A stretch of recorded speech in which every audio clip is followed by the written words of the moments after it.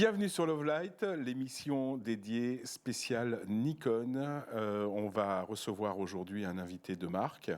Il fait partie de Nikon France, mais j'ai souhaité qu'il soit présent sur ce plateau, pas seulement pour parler de Nikon, pas seulement pour parler du matériel Nikon, mais pour parler de lui. Cette personne, c'est Roland Serbiel. Roland, bonjour. Bonjour. Roland, tu es chez Nikon depuis plus de 23 ans, je crois.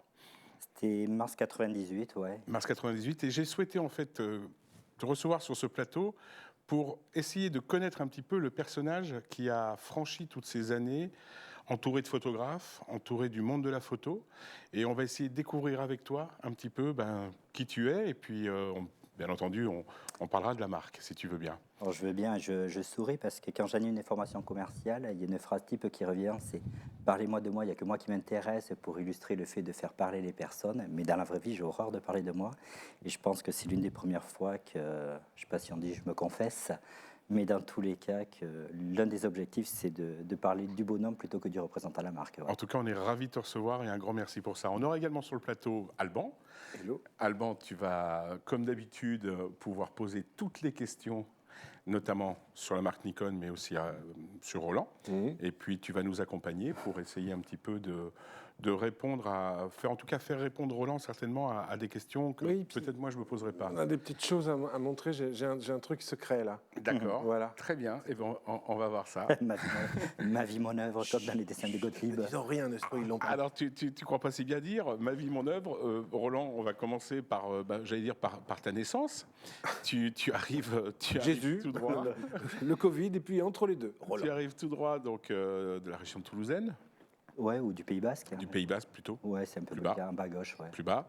Il y a une petite paire d'années maintenant. Tu as parcouru en fait le monde de la photographie, mais au départ, je crois que ça part depuis ton service militaire, si je dis pas de bêtises. Avant. Même avant. La photo, pour moi, c'est la révélation, c'est l'âge de 13-14 ans. Donc j'étais encore, je ne sais plus, au collège-lycée, parce que j'ai pas mal redoublé. Je suis arrivé un petit peu tard sur le bac, mais c'est pas grave. Et non, j'appréciais déjà faire de la photo, et je m'étais rendu compte que souvent, la personne qui avait un appareil photo mettait en avant les autres. Et c'était les soirées diapos, et c'était toujours le héros de la soirée. Donc cette volonté de vouloir être un héros, ça m'a toujours un petit peu titillé. Et c'est vrai que lorsque j'ai choisi d'être dans la photo, c'est là où j'ai choisi mon bac scientifique, c'est là où j'ai arrêté de redoubler, c'est là où c'est parti. J'avais trouvé ma voie. Par cette passion-là. Oui, parce qu'en fait, tu as fait un parcours photo. J'ai fait un BTS à Toulouse, le TPA, ouais. Voilà, le BTS à Toulouse. Et puis, tu es arrivé l'armée, même un petit peu avant l'armée Non, l'armée, c'était après. Non, l'armée, c'était ma première expérience. Et c'est vrai qu'on en parle parce qu'elle était marquante dans mon éducation de photographe, si je puis dire. Puisque, à l'époque, le BTS, on a été formé un petit peu pour être responsable de labo, pour être dans la chimie, si je puis dire. Et je suis la génération, en fait, qui a pris une technologie qui est arrivée sur le marché du travail avec tous les acquis qui étaient obsolètes. Donc, il a fallu réapprendre et j'ai eu plaisir à le faire. Et c'est vrai que l'armée, pour moi, était une première expérience professionnelle assez marquante parce que j'étais à la garde républicaine. C'était la période où ils commençaient à numériser et à digitaliser les archives de la garde. Et en parallèle, il y avait quelques missions de reportage très intéressantes. Ouais. Oui, c'est ça. Du coup, j'ai fait un service long. Je suis resté plus longtemps. Tu es resté plus longtemps. Et tu as fait des photos, justement. Et dans ces photos, c'est ce que tu nous montres. C'est ça déjà. Voilà. C'est l'album que tu as eu la gentillesse de nous amener. Moi, j'ai souhaité vraiment voir ces photos. Bien entendu, elles sont pas numérisées. C'est du vrai. Non, puisque les originaux en fait appartiennent à la garde républicaine, donc sont archivés aujourd'hui. Mais c'est vrai que l'adjudant de l'époque qui me faisait confiance m'a envoyé comme ça sur pas mal de terrains. Donc, alors là, on voit la photo. Et il y a la quasi-totalité des chefs d'État qui sont alors celle-là, il faut marquer, c'est une photo où j'ai découvert qui j'ai photographié lors du tirage, en fait. Mais c'était la mort de Mitterrand où tous les chefs d'État venaient à l'Élysée et j'avais eu la chance de pouvoir aller à l'Élysée et du coup d'avoir cette image. Et j'ai découvert que dans mon cadre, j'avais aussi bien Fidel Castro que Boris Eltsine, que Lord Major, que je crois il y a Helmut Kohl qui doit traîner derrière. Il y a tous les grands, je crois qu'il y a le roi d'Espagne aussi qui doit être pas loin. Juan Carlos. Et tu te rappelles, le jour où tu as pris cette photo, qui y avait à côté? Vous étiez 50 photographes, 20 photographes, c'était très restreint. Non, c'est énorme. Et puis, c'était l'époque où tous les photographes d'agence se connaissaient. Donc, moi, je devais avoir 10-15 ans de moins que la plupart qui étaient sur site. Plutôt au fond, plutôt estampillé militaire. Non, j'étais pas des mieux placés, mais c'est pas grave. Non, le lien avec les photographes, je l'ai eu bien plus tard. D'accord. Mais par contre, j'ai souvenir d'une couverture de Paris Match qui avait la vue d'ensemble. Donc, s'il y a un photographe qui sait où elle se trouve, parce que je n'ai pas retrouvé, et où je me reconnais en bas à gauche. Ouais. Formidable. D'accord. Il y a d'autres photos aussi très Oui, alors, il y en a intéressantes. J'en ai vu plein. notamment de, Je cherche, j'arrive. de François Mitterrand et de, Parmi les premières, ouais, il y a François Mitterrand, parce qu'à l'époque, le cancer, je crois que ça ne se savait pas trop dans certains univers. Moi, à 20 ans, j'étais quand même passé à côté. Il était venu faire ses adieux à la garde, et c'est vrai que j'étais le seul photographe. On va montrer. Alors, c'est pas François Mitterrand que j'ai là. Ça, c'était Évidemment, après j'ai l'élection. Jacques Ça, c'est juste après. 1995. c'est un autre président, oui. Donc là, lui venait d'arriver, il était jeune. Voilà. Et Et là, je- juste en dessous, Voilà, c'est ça. Voilà. justement, Oui, c'est celle-là. absolument. Et en plus de ça, il y a le regard. Alors, c'est ça qui est incroyable. cette Cette photo-là, photo, elle je était- la trouve. Le Celle-ci, regard faut les est voir. incroyable. Alors, je vais Mais le pour montrer l'anecdote, un en petit fait, peu. c'était la période où il se cachait. Moi, j'étais complètement innocent au possible, donc j'avais pas capté qu'il y avait toutes ces maladies, etc. J'étais le seul photographe quand il faisait ses adieux. Et puis moi, j'étais avec mon 85, j'avais déjà du Nikon à l'époque, 85-1.8, et je voulais son portrait, quoi. Et c'est après en post-production que j'ai découvert qu'il était quand même sacrément usé Ouais. et qu'il tenait. Ça, cette photo-là, elle est. Et ce regard, ouais, je pense Des qu'on l'a, mais il me l'a donné à une fraction de seconde parce que je l'ai suivi, je pense, pendant une demi-heure et jamais regardé l'objectif. Ouais. Bien Et sûr. puis là, il s'est débarrassé de moi. En fait, il m'a regardé, j'ai fait la photo. Cette photo, tu te rappelles quel matériel tu avais pour faire cette photo? On va croire qu'on a préparé les questions, mais pas du Non, tout. En non, fait, c'est pas préparé. à la garde républicaine, ils étaient équipés de Canon. J'avais du mal. J'avais à l'époque, en école photo, acheté un 801 et un F90. Ok. Et en fait, je mettais les péloches dans mes boîtiers à moi. Très Et bien. puis comme à l'époque c'était limité en nombre de pellicules, parce que ça m'est arrivé d'aller à l'Élysée avec une 12 poses et de raconter l'histoire des Eh oui, c'est gardes l'armée. républicains sur... voilà, j'avais la 12 poses d'un côté et puis j'avais mes 36 poses de l'autre, quoi. Très bien. Acheté en perso. Et... Ouais, que j'utilisais derrière, ouais. Oui, c'est ça, c'est ça. Alors, justement, l'histoire de Nikon, on ne croit pas c'est bien dire, mais finalement, c'est en 98 que tu recroises le chemin de Nikon, mais cette fois-ci sous un autre axe.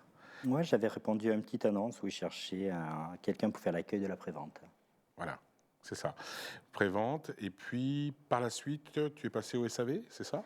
Alors, accueil de la prévente, oui, c'était ça les fonctions. Puis surtout, mars 98, il y avait la Coupe du Monde qui arrivait. Mon premier gros bisutage, ça a été l'assistance technique qu'il y avait sur Paris, puisque Nikon avait un stand d'assistance aux photographes au centre de presse, qui à l'époque était porte de Versailles. Et Oui. c'est vrai que c'était la France qui avait piloté toute l'installation. Alors, l'installation, c'est une chose, mais il y avait surtout l'inventaire de fer. Et quand tu as 22-23 ans et que tu es passionné de photo et que tu tombes sur un mur de téléobjectifs qui sont rangés, et le mur, je pense qu'il devait faire 7-8 mètres de long sur plus haut que moi, avec que des caisses de télé qui correspondaient à toute l'assistance, ouais, c'était assez magique. Ouais. J'imagine. Donc ça c'était, puis on était sur 3 lieux, et moi je me rappelle qu'il y avait des référents sur Paris, et moi j'étais plutôt référent sur des petites villes autour de Toulouse, Saint-Étienne, et puis je ne sais plus quelle était la troisième. Oui, sur les Marseille. autres stades, en fait. Mais à Marseille, je crois. Et D'accord. on chargeait comme ça un camion de matos et on tournait. Donc c'est là que j'ai découvert en fait les coulisses de cette activité de presse. Activité de presse. Donc, du coup, tu as fait ton petit bout de chemin tranquillement, et puis, quelques années plus tard, je crois que tu prends l'ascenseur et tu rencontres quelqu'un de relativement Ouais, hyper important, en fait. Tu nous en parles un petit peu? Monsieur Okamoto, ouais, qui est passé président des US après avoir été président de la France et qui a fini en numéro 2 ou 3 au board au Japon. Au bord de L'idée- Nikon, hein, bien au board sûr. Nikon, ouais. Non, l'idée c'est que là, j'avais quitté un petit peu la SAV pour faire du support technique, c'était toute la partie numérique. Et les appels, c'est toujours la même chose, c'est « Allô, bonjour, ça marche pas, vous êtes des gros nuls ». Et quand ça raccrochait, « Excusez-moi, je sais pas m'en servir, savez-vous, il y a des formations ».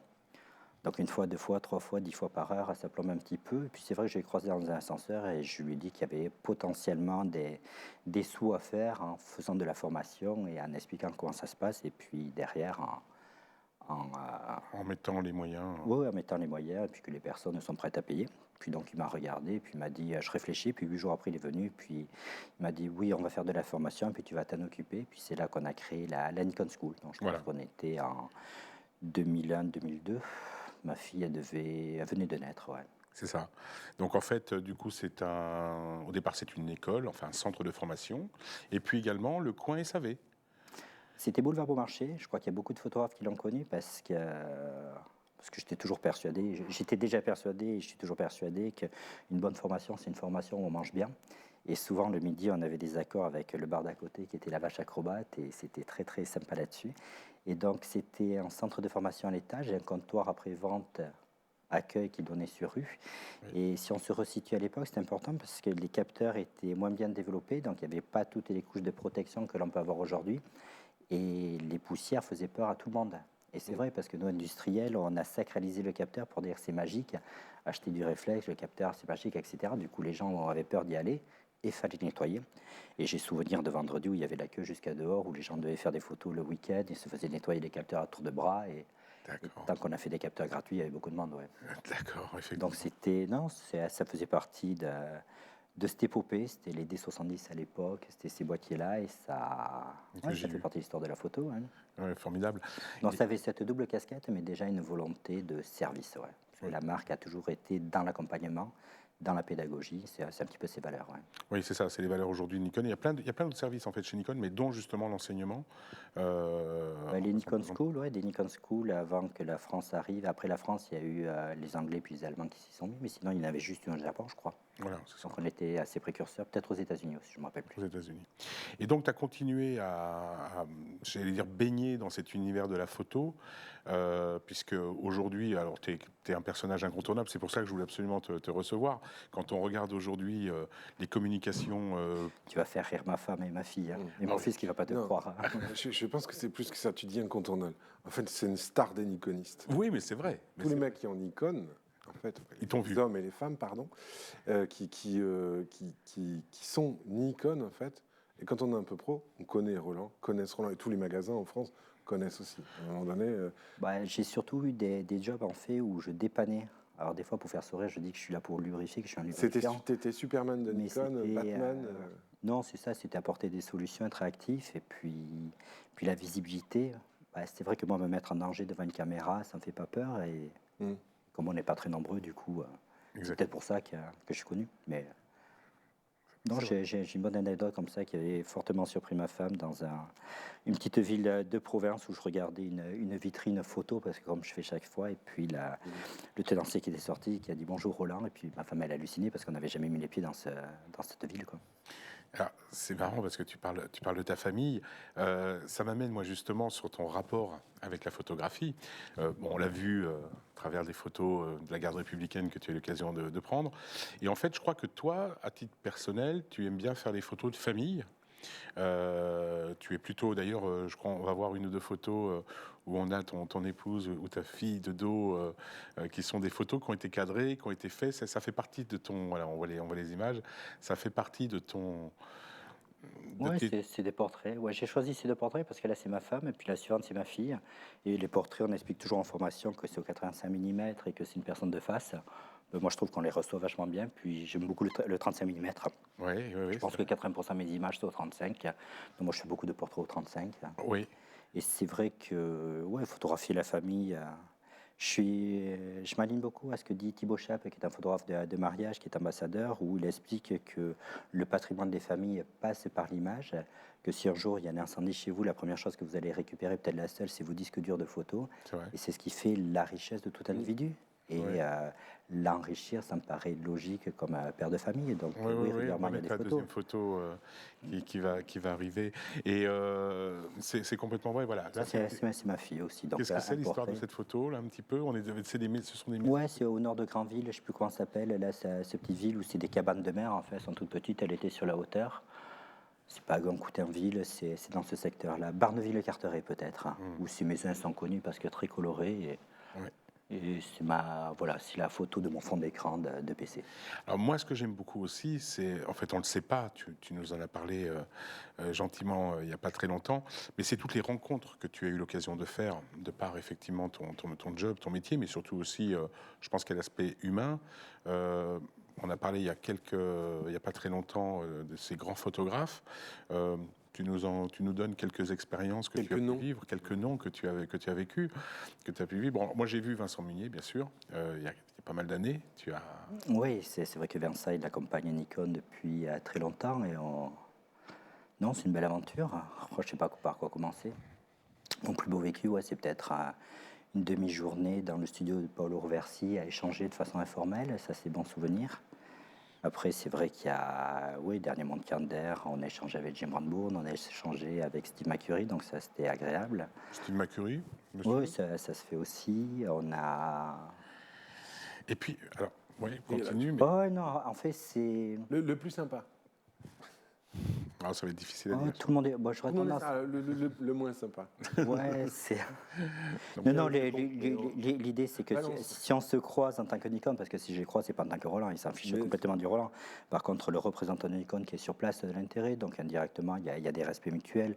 Je représente la marque. Moi, j'imagine bien leur travail, et puis on Il y a, se il y a croise des, comme ce ça. que je veux dire par là, c'est qu'il y a des photographes pro plus râleurs que d'autres. Évidemment. Ah, c'est super Nikon, j'adore. Puis d'autres, bon, ouais, ton truc là. C'est jamais bien, ça marche jamais. Voilà, c'est ça. Oui, après ça. Et tu as des moyens de déminer ça ou pas? Oh, oui, de façon inconsciente, avec de l'humour, parce qu'on va venir de très loin. Depuis le temps que j'y suis, on voit les comportements. Ouais. Et c'est même drôle, dans les salons, dans les expos, il y a ceux qui te regardent, il y a ceux qui te regardent, qui te sourient, il y a ceux qui se lèvent pour te saluer, puis il y a ceux qui tournent la tête. Ah oui. Et oui, mais parce que c'est le Ça, côté. c'est parce qu'ils sont passés de Nikon à Canon, mais ils veulent pas le dire en fait. Oui, ou tout simplement parce qu'en fait, on est sur des outils de travail, mais sur lesquels on a un rapport affectif fort. C'est ça la différence. Aujourd'hui, je serais vendeur de machines à café ou vendeur de four micro-ondes, il n'y aurait pas autant de passion. Mais là, on mélange l'outil de travail, on mélange l'outil créatif et toutes les passions qui sont derrière. Et derrière ça, il y a des communautés, il y a de l'identification. Et c'est ça qui fait que c'est vachement plaisant, quoi. Bien sûr, bien sûr. Et je pense qu'il y a ça qui se cache derrière, où je représente des fois une marque où la personne s'identifie, et puis des fois où la personne a eu des déconvenus ou ne s'identifie pas, et Oui, on oui. est tous différents. Mais c'est vrai que moi, ce qui me botte, ouais, c'est les rencontres, et c'est ce qui enrichit, et c'est ce qui me permet, la rencontre de l'un, l'apport de l'un va m'aider à aller de l'autre. J'ai souvenir avoir mis comme ça des photographes de presse en rapport, parce que je sentais qu'il y avait quelque chose qui allait se passer, et ça a continué derrière. C'est ça. Et alors justement, aujourd'hui, donc tu as un rôle, on en parlait tout à l'heure avec Alban, c'est vrai que sur les vidéos, tu es incontournable, j'allais presque dire, tu évangélises un peu cette marque finalement. Alors justement, je voudrais revenir maintenant sur la marque et parler un petit peu de Nikon. On aura l'occasion à d'autres moments de parler du matériel purement et simplement. Mais cette aventure Nikon, bon, aujourd'hui, elle a plus de 100 ans. C'est quand même bien sûr une réussite absolument légendaire. Il y a eu énormément de partenariats, et je pense que tu l'as vu dans ton métier, qui ont été faits avec Nikon. Bon, un exemple que j'ai suivi récemment lors de la sortie du Z9, par exemple, qui est plutôt un boîtier reportage, par exemple, pas seulement, mais beaucoup. L'AFP a joué un rôle prépondérant là-dedans. Comment ça s'est passé, cet historique Tu peux nous en parler un petit peu, parce que je crois que l'AFP, non seulement utilise Nikon, mais a été à l'origine de la R&D De plusieurs boîtiers. de Ouais. plusieurs boîtiers. Plusieurs boîtiers, ouais. Nikon fait appel aux journalistes. C'est une marque, oui, qui écoute beaucoup, qui fait évoluer les produits en écoutant les utilisateurs. Donc là, actuellement, ça tourne, oui, il y a du foot au Qatar, hein, si j'ai bien suivi. Il y a des Japonais qui sont sur place, et je sais qu'il y a des interviews qui se font sur comment on sent le matériel, etc. Donc, de manière générale, il y a plein de remontées d'informations. Nous, on en fait régulièrement, on est staffé là-dessus, et puis on a des chaînes de remontées d'informations, parce qu'on est sur des outils, donc l'usage évolue et qui doivent évoluer avec la photo. Et si à la limite ça va dans l'autre sens, et c'est là où on va revenir vers l'AFP, si c'est les agences qui tirent le matériel pour faire évoluer le métier, ça devient très intéressant. Bien sûr. Donc l'AFP, ça fait plusieurs décennies qu'ils travaillent avec Nikon, donc ça fait plusieurs décennies que dans tous les grands événements médiatiques, ils rencontrent des ingénieurs japonais, puis une interview, 2 interviews, 3 interviews, il y a des liens qui se créent, et puis surtout, on s'observe, tu es crédible, tu n'es pas crédible, et c'est comme dans tous les métiers, une fois qu'on a compris l'état d'esprit et qu'on a compris la valeur de la personne et qu'on sait dans quelle direction elle va, c'est beaucoup plus simple. Et aujourd'hui, sur la France, il y a François Xavier et Antonin qui, en effet, sont référents pour la R&D au Japon et qui font énormément d'input. Et je sais que de leurs inputs, il y a énormément de choses qui sont arrivées sur la partie réseau du D6, sur la partie Z9 également. Beaucoup de nouvelles fonctions sont arrivées pour transmettre plus rapidement. Et puis là, le gros travail qui se fait, c'est avec les logiciels comme NXField, etc., qui sont toute la capture des portées. C'est Parce ça. que sur un gros événement, souvent ce qui coûte cher, c'est plutôt le bonhomme sur place. Donc entre un bonhomme qui pilote un boîtier ou un bonhomme qui pilote une dizaine de boîtiers, entre quelqu'un qui est peut-être sur un bord de stade qui vit l'action, mais quelqu'un qui est en coulisses et qui a 15 retours d'écran de boîtiers qui seraient déportés, il y a d'autres images qui se font et qui ont leur importance. Et tout le travail aujourd'hui se fait avec ces agences sur la partie installation de la robotique et transmission des informations le plus vite possible. Oui, c'est ça, au niveau de la Pilotage à distance. natation, au niveau du sport. Il y a On énormément- avait fait un live comme ça chez Objectif Bastille où récemment c'était une nageuse qui avait eu un malaise en fond de piscine et le robot, le gars derrière avait tout assisté avec tout photographié. Oui, c'est cette fameuse photo qui a fait le tour du monde, en fait, où on Exactement. voit l'entraîneuse qui est allée la rechercher La sous l'eau. rechercher et puis la remonter, ouais, C'est tout ça. à fait. Ouais. C'est ça, oui, oui. Donc l'idée d'avoir des points de vue différents, c'est un petit peu la force de la photo et on travaille là-dessus avec eux. Ouais. Enfin, quand je dis on, c'est pas moi perso. Hein. Non, non, non, mais bien sûr, c'est le groupe. Un autre partenariat très très fort, extrêmement fort, c'est Nikon et la NASA. Au début, Apollo 11, on C'est a Nikon et la NASA. C'est Nikon et Thomas Pesquet. Nikon et la NASA d'abord. Nikon et la NASA, juste après Apollo 11. Tout le monde dit, oui, c'est Hasselblad qui a été... Alors oui, Hasselblad a été le premier appareil photo à aller dans l'espace, mais il est allé qu'une seule fois. Il n'est plus jamais retourné, il faut le savoir. Mais c'est ce que racontent les collectionneurs. Ouais.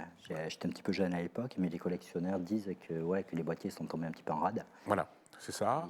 Qu'il y avait à la fois de la Hasselblad et du Nikon, et puis que les Nikon se sont bien comportés, que Voilà. ça a continué comme ça.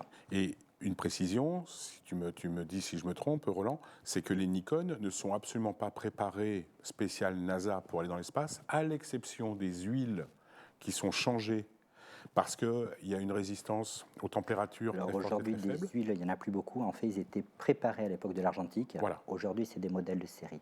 C'est ça. À l'époque de l'argentique, pour ceux d'entre vous qui se baladent du côté de Lyon, vous avez un musée de la photo à Saint-Bonnet-des-Murs, où il y a un F3 NASA qui est juste génial. Et quand on regarde de plus près, oui, il a des huiles dédiées, il a des polices de caractère plus fortes parce qu'on n'y voit pas toujours très bien, etc. Il y a des déformations de lait qui s'opèrent. Donc à l'époque, ils étaient customisés. Aujourd'hui, c'est tout simplement des modèles de série qui sont contrôlés avant de monter. C'est ça. Et Thomas Pesquet, puisque vous en parlez, ouais, il a donné une très très grande visibilité. On l'a découvert comme vous tous, hein, donc ça a été juste magique. Donc un grand merci à lui. Et en valorisant tout ce qui se faisait là-haut, il a valorisé en fait les outils Nikon qu'il a utilisés dans ses différents livres. Et c'est vrai que les droits partant au Resto du Cœur, c'est tout à fait louable comme action. Et si vous ne savez pas quoi faire à Noël, il faut en acheter. Oui, c'est une très bonne initiative, absolument. Tous les droits sont versés au Resto Au du Cœur. Resto du Cœur. Et c'est vrai que Thomas Pesquet, du coup, on a mis beaucoup de temps à rentrer en contact avec lui. Et puis on a eu l'opportunité de rentrer en contact avec lui et de faire une petite conférence sympathique. Oui, alors c'est cette fameuse conférence qui a eu lieu au dernier salon de la photo porte de la Villette, où il y avait quand même 3 personnages éminents. Il y avait bien sûr Thomas Pesquet, 4 J'étais là. avec toi. Oui, oui, il y avait Pardon, Roland, mais bien je sûr. suis... Oh là là. Et Ouais, une autre... l'idée, c'était ça. En fait, il y avait plusieurs choses qui se cachaient derrière. Il y avait cette volonté post-Covid de renouveau du salon de la photo et l'idée de le faire repartir et de donner de la visibilité. Important. Et puis, il y avait également ces 3 aventuriers, je vais dire, qui sont juste des créateurs d'images exceptionnels et qui ont des images qui se répondent. J'entends par là, c'est tout bête, mais ligne d'horizon, chez Pesquet, ça va être la Terre. Chez Balesta, qui fait du sous-marin, ça va être une ligne d'horizon. Chez Vincent Munier, c'est plutôt la montagne. Après, ils ont d'autres où tu n'as que du vide.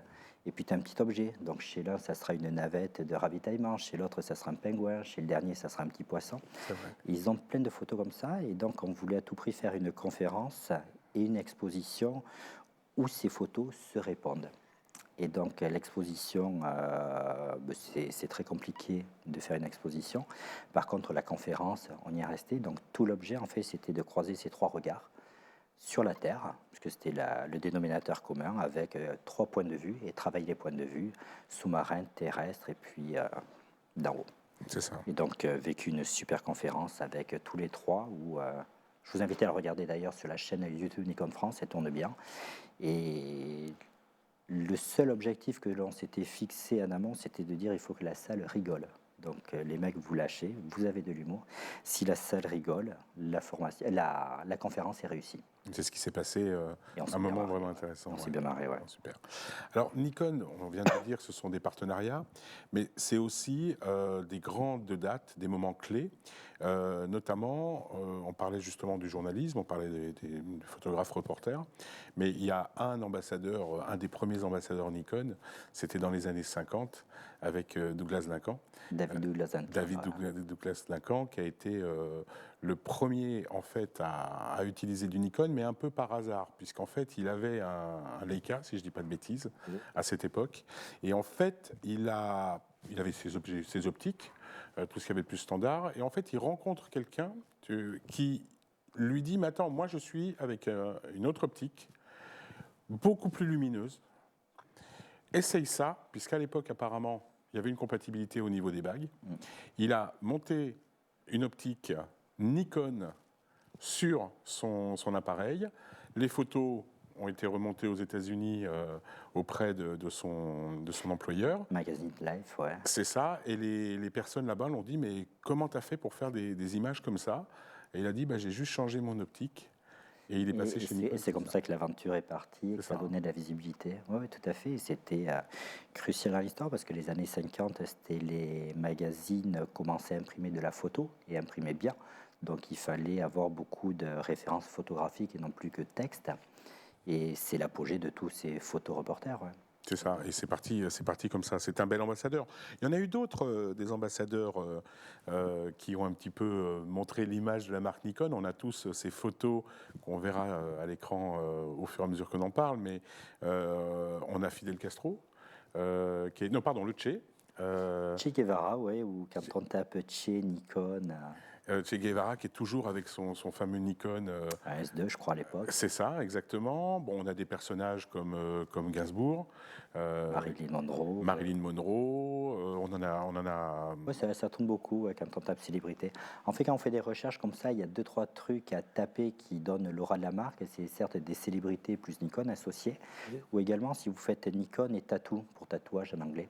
Il y a des personnes Ah ben, vous en avez des pages et des qui se pages. font tatouer des Nikon Ouais. sur le corps. Et j'en ai croisé 3, moi. Quand on a fêté les 100 ans de Nikon, donc en 2017, on a fait comme ça un tour de phrase de présentation produit avec des conférences. Et au total, j'ai trouvé 3 personnes qui m'ont montré en loose day leur tatouage, donc que je salue. Nikon est présent aussi dans le monde du cinéma. Et c'est George Lucas qui a un petit peu amené tout ça, puisque avec Indiana Jones et Star Wars, il y a eu des miniatures qui ont été faites. En fait, quand on est dans Indiana Jones, qu'on le voit avec ce chariot qui est dans la montagne. Ouais, ils travaillaient sur des maquettes. Ils ont travaillé sur des maquettes et en fait, c'était des Nikon qui étaient sur des petits rails, c'est ça, je crois? Alors, de ce que j'ai compris, parce que j'y étais pas, pardon, j'avais de travers, c'était 2 usages différents. La scène du chariot, notamment du premier Indiana Jones, quand il fait à toute vitesse, c'était un F3 qui était motorisé et c'était du vue par vue. Ils avaient additionné les vues pour donner cette sensation de vitesse. Et comme c'était une maquette de chariot, il fallait un petit appareil photo. Et quant à la partie du premier Star Wars et les passages dans l'hyperespace et les vaisseaux qui se déportent, c'était également des maquettes, mais avec des optiques un petit peu trafiquées, bascule décentrement qui faisaient des perspectives de ouf. Il y a aussi un film qui a démystifié la marque Nikon, c'est Blow Up. Blow Up qui est quand même une référence cinématographique. Je crois que si vous ne connaissez pas ce film, je vous invite vraiment à aller le voir parce que c'est vraiment l'histoire d'un photographe. Et c'est un film culte pour toute la profession, à mon avis. Je ne l'ai jamais vu. Bon, bah écoute. Je vais juste rebondir sur le. Parce que je suis allé sur Internet. T'as fait Nikon Tattoo? Ah, mais oui, j'ai tapé. Ouais. Nikon Tattoo, Tattoo, ouais. mais c'est hallucinant. Là, on les voit là. Il y a beaucoup Ah, ça y est, ils ont mon téléphone. Génial. Alors, je vais aller là. Tac, je vais agrandir un peu. C'est incroyable.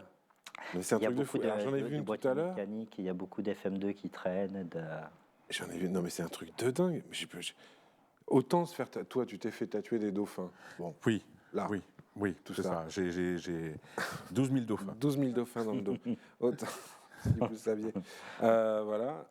Mais alors, il y en a, mais attends, celle-là. Excuse-moi. Incroyable. Bah, Ça, je ne savais pas, ça. Non, puis c'est vrai que ça permet en fait de mesurer l'attachement que les clients ont à la marque, que nos partenaires photographes ont à la marque. Et oui, faut être honnête avec eux, faut avoir des valeurs parce qu'un tatouage, bah ouais, c'est définitif. Donc, faut pas qu'il y ait un bad buzz, une mauvaise communication. Oui, c'est ça. Alors, on va passer en revue. Maintenant, on arrive sur Nikon, effectivement. Il y a eu quelques inventions quand même assez emblématiques chez Nikon, notamment les premiers appareils photo sous-marins, entre guillemets, avec l'arrivée ce qu'ils appelaient les Nikonos, qui était un modèle. Alors, je crois qu'on est dans les années 60, si je dis Ouais, pas de c'est l'époque de bêtises. Cousteau. En fait, à la Voilà. base, c'était une boîte française qu'ils avaient développée. C'était une boîte française qui C'était s'appelait Berthier ou Berthelot, je sais plus comment. exactement. Et en fait, ça a été utilisé sous licence Calypso après par la suite, puisque la Calypso, effectivement, a. Calypso Photo, et c'est cette licence-là qui a été rachetée par Nikon et ce sont devenus les Nikonos. C'est ça. Mais à la c'est base, ça. oui, c'est une fabrication française de. J'ai un terme de spirotechnique qui m'a Oui, je crois que c'est ça. c'est ça, ouais, un Oui, truc c'est comme ça. ça. Tout à fait. Dans Et 62. j'ai pas révisé l'histoire de Nikon avant ce live. Non, non, non, mais c'est pas très grave. Mais l'intérêt, c'est de voir quand même Nikon a toujours eu du flair à ce niveau-là. Et s'est toujours retrouvé dans des Bah, choses assez. c'est la seule marque en fait où Voilà. et Laurent Balesta a amené des boîtiers à plus de 200 mètres de profondeur et puis Thomas Pesquet a fait des sorties à quelques kilomètres au-dessus, je ne sais plus Ouais. comment la distance. Donc C'est ça, c'est ça. Et puis après, non, non, et il y avait un slogan comme ça qui disait que tout ce qui peut être vu par un être humain, Nikon le voit. Et c'est à la fois la photo et puis notre division de microscopie également. Voilà. On a des microscopes, on va jusqu'au microscope à balayage. Oui. Donc on est pleinement dans la vision. oui, alors c'est très très bien la transition parce qu'en fait tu m'amènes sur d'autres métiers que fait Nikon qu'on connaît un peu moins. Alors on connaît quand même, pour ceux qui s'y intéressent, il y a les jumelles, parce que c'est aussi un opticien. Ça fait partie de l'image. Oui, Nikon a la particularité d'être fabricante de son verre. C'est ça. Les autres, ils achètent du verre qui monte. Eux, ils fondent. Nous, on fabrique le verre, oui. Voilà. Ils le fondent, ils le fabriquent, et puis bien sûr ils le polissent, et puis arrive. Tout ce qui va derrière, oui. Puis on a des verres de lunettes Nikon, et puis tout ce qui est utilisation des verres dans l'ensemble de l'industrie. Voilà, On retrouve les verres Nikon justement dans d'autres appareils, dans des téléphones portables, dans des marques X ou Y, où c'est vraiment Nikon, c'est non, non, c'est nos verres, c'est que nous, c'est que pour nos objectifs. Je sais pas. Ils sont estampillés, Nikkor distribués par BBGR pour tout ce qui est verre de lunettes. Oui, voilà. Ça, on est sûr. Mais par contre, dans la photo, D'accord. je ne sais pas répondre. Jardin secret, je laisse garder. c'est ça. Mais si on prend un petit peu de recul, c'est surtout des Japonais qui sont fabricants. Et... Oui. Bon. Oui, oui, à voir. Mais il n'y a pas de communication là-dessus, donc aucune D'accord, ok. Ouais. Enfin, en tout cas, Nikon a commencé avec sa fameuse monture F, on était dans les années 60, 1959, si je ne dis pas de bêtises. Et puis ensuite, on a vu l'évolution de l'argentique, bien sûr le 24-36 jusqu'au F5, en fait, qui a été un des derniers argentiques chez Nikon, mais qui a été le fleuron. Hein, je crois qu'on peut dire ça comme ça, on est dans les années 96, 95-96 au niveau du... Ouais, quand il est sorti, et puis il a vécu, je pense, jusqu'en 2008-2009. Voilà, ça c'était la date de sortie. Et puis on a vu arriver le D1 dans les années 2000, enfin en 99, qui a été en fait le premier réflexe Haut de gamme. haut de gamme de chez Nikon. Donc Un il y a capteur de 2,7 millions de pixels à l'époque. Ouais, tu connais pouvoir. même les caractéristiques. Bah là, j'étais déjà là, en fait. C'est ça. Ah bah oui, c'est vrai. Je ne m'en rappelle pas de tout, mais Combien de j'étais... capteurs 2, Je crois que c'était 2,7 millions, ouais. Oh, j'oublie les 2 millions de chiffres. pixels, 3 millions de pixels, ouais. D'accord. C'est un appareil qui a été arrêté en 2002, je crois, le F5. Et il y a une anecdote là-dessus, c'est que l'armée américaine utilisait le F5 énormément. Et quand ils sont allés voir Nikon pour dire, ben voilà, on en a besoin de X milliers, Nikon a dit, ben non, désolé, on arrête. Et là, l'armée américaine a dit, attendez, ça ne nous arrange pas du tout.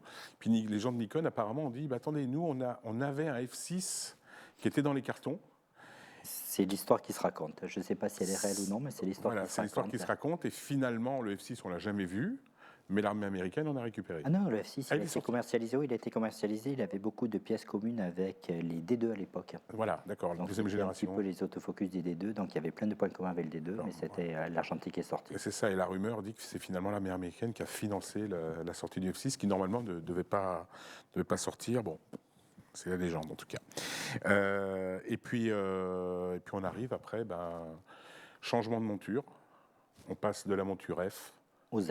à la monture Z. Nouvelle révolution. 2014, je crois, non 2018, monture Z, si je dis pas de bêtises. Et Oui, parce que tu es quand même passé vite à l'arrivée des réflexes, mais la photographie a rarement connu des révolutions, hein. c'est Les vrai. révolutions de la photographie, c'était le passage du film cinéma au film photo. L'autre révolution, c'est le passage à la couleur. Et la dernière révolution, c'est le passage au numérique. Donc ça a été quand même... Non, non, il y a beaucoup de photographes qui nous expliquaient à l'époque que ça ne marcherait pas. Oui, Il y en a beaucoup qui n'y ont pas cru, qui ont fait autre chose. Il y en a pour qui ça a été une super opportunité. Il y en a pour qui ça a complètement déstabilisé leur modèle économique et leurs acquis. Et non, non, cette révolution numérique, oui, oui, c'est ça. pour l'avoir vécu, et tu parlais tout à l'heure de la school, ouais, on était là pour aider un maximum de personnes. C'était ça la vocation, hein. Ça. Aider à traverser cette, ouais, Cette épopée. ouais, j'ai dit à fracture, ce changement de mode de fabrication d'image Voilà, c'est ça. où on a quand même énormément d'utilisateurs qui sont dans les habitudes. Et la force des habitudes est importante. Et quand tu es dans la relation comme ça, le fait de connaître son matériel, sa façon de faire, ça permet d'avoir de la disponibilité de cerveau pour autre chose. Et là, le fait de repartir en apprentissage, ça a été compliqué. Ouais. Oui, c'est ça. Alors, il y a cette révolution, effectivement, qui est l'arrivée de la monture Z, et là, on est sur le mirrorless, mais ça ne veut pas dire que le réflexe est mort, puisque le D6 est sorti dans les années 2020, je crois. Donc, toujours appareil réflexe, qui continue sa vie, qui est toujours en fabrication. Ben là, les discours aujourd'hui qui sont tenus, c'est que a priori, des nouveautés, il y a peu de chances que ça sorte. Oui, Par contre, on va continuer à fabriquer ceux-là tant qu'ils se vendent et tant qu'il y a de la demande. c'est ça. Et finalement, on va reproduire ce qui s'est passé de l'argentique au numérique. Tant qu'il y a des clients, on fabrique. Et puis le jour où il n'y a plus de clients, on arrête de fabriquer. Oui, c'est ça. Mais le passage à l'hybride, oui, s'explique par une montée en qualité, certes, mais surtout un besoin de polyvalence sur ces appareils photo qui fassent à la fois de la photo, de la vidéo. Et puis on recherche également des produits beaucoup plus simples.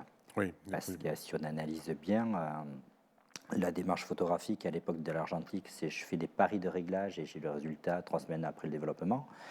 Les premiers réflexes numériques, je fais des paris de réglage, j'appuie sur lecture et je suis bon, j'y vais, mais finalement j'ai perdu du temps par rapport à l'action. L'intérêt de l'hybride, c'est que je vois ce qui se passe dans la visée, donc je fais mes réglages avant que l'événement ait lieu, avant que la photo ait lieu, que l'action se passe. Et ça, c'est primordial parce que ça a complètement changé l'approche des utilisateurs. Là où avant, pour faire de la photo, il fallait faire de la technique. Aujourd'hui, on travaille à l'intuition et donc on a toute une nouvelle frange de créateurs qui arrivent. Et c'est une super bulle d'oxygène. Il y a plein de nouvelles personnes qui arrivent. Il y a là où on était sur une profession qui était très masculine, aujourd'hui ça s'ouvre énormément. Et de manière générale, on arrive avec des photos qui sont beaucoup plus expressives, qui sont beaucoup moins techniques et qui marchent très très bien, quoi. bien sûr. Et le fait d'avoir des produits réflexes haut de gamme, des produits hybrides haut de gamme qui s'utilisent comme des téléphones, bah, ça rend la photographie accessible à Ça tous. simplifie toutes les choses. Et est-ce que, comme dans la musique, alors c'est une question que je pose, est-ce que on a aujourd'hui des fichiers musicaux, des MP3, etc. Et il y a un retour quand même qui se fait au vinyle. On rachète des platines vinyles alors, qui sont numériques, mais on a quand même le vinyle dessus. Est-ce qu'il y a des gens qui reviennent au format Argentique. argentique avec la pellicule et on repart sur le développement parce qu'il y a un autre grain, il y a autre chose? Et il y a une tendance ou pas? Ou pour l'instant, c'est... Voilà. Il y a toujours eu cette tendance, je ne sais pas la dimensionner, je sais qu'il y a des magasins spécialisés du côté nation, il y en a un qui marche très très bien. Si on prend du recul, c'est une technologie certes, mais j'ai aussi la sensation que c'est une communauté, que c'est un prétexte aussi pour plein de personnes à se regrouper entre elles, à vivre la photographie différemment. Ça peut être le cas aussi Jeune ou vieux. Oui, peu importe, oui, mais c'est qui s'identifient à une façon de produire. C'est le cas également chez certains artistes qui revendiquent toujours un support film dans leur démarche créative. Oui, ça continue. Oui, alors moi je C'est vais bien. prendre effectivement un témoignage, le mien tout simplement, parce que je m'intéresse Parle-nous de toi. pour revenir à l'argentique. Donc faire de la chimie que tu connais bien, enfin en tout cas que tu as J'ai bien tout connu. oublié, j'ai tout oublié. Oui, tu as tout oublié, mais enfin tu l'as connu. Et en fait, en discutant effectivement avec les distributeurs ou avec des magasins, eh bien oui, c'est en train de repartir comme le vinyle. L'inconvénient, par contre, parce qu'il y a beaucoup de jeunes, paradoxalement, qui s'y intéressent énormément, l'inconvénient, c'est que les prix sont en train d'exploser et montent énormément. Les pellicules, aujourd'hui, bon, il y en a beaucoup qui ont été arrêtés. Fuji continue énormément, mais par contre, les prix deviennent très très hauts. Et sur le marché de l'occasion de l'appareil argentique, c'est en train de prendre des proportions qui sont complètement dingues. Donc j'aurais pas dû. Donc là, tu jeter, viens de mais- permettre de encore monter de quelques Mince. pourcentages, quelques points, le prix des appareils photo argentiques qui se vendent d'occasion. Mais la question est pertinente parce que oui, c'est une réalité. On voit ce passage-là. Bon, bien entendu, on est sur sur des niches. Hein. T'as un argentique encore à la maison? T'as gardé Un Nikon 5. D'accord.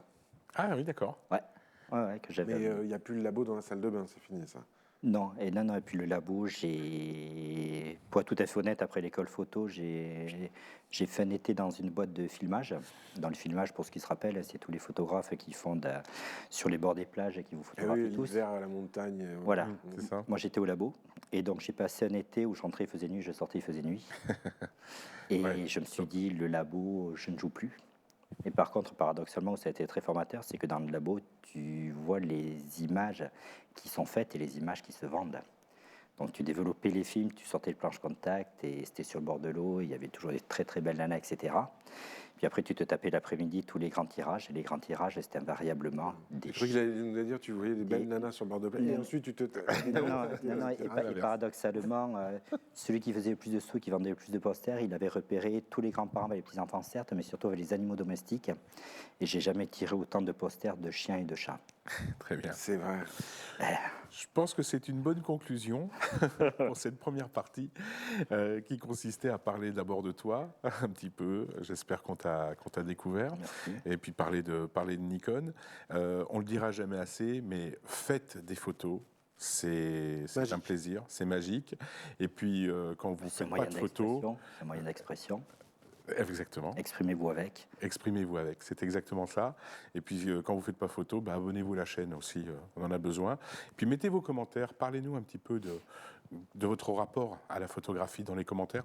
On est très curieux de voir tout ça. Roland, merci infiniment d'avoir pu passer un petit peu de temps avec nous. Alban, Merci. merci également. Bisous. On vous retrouve très vite. Allez, bisous.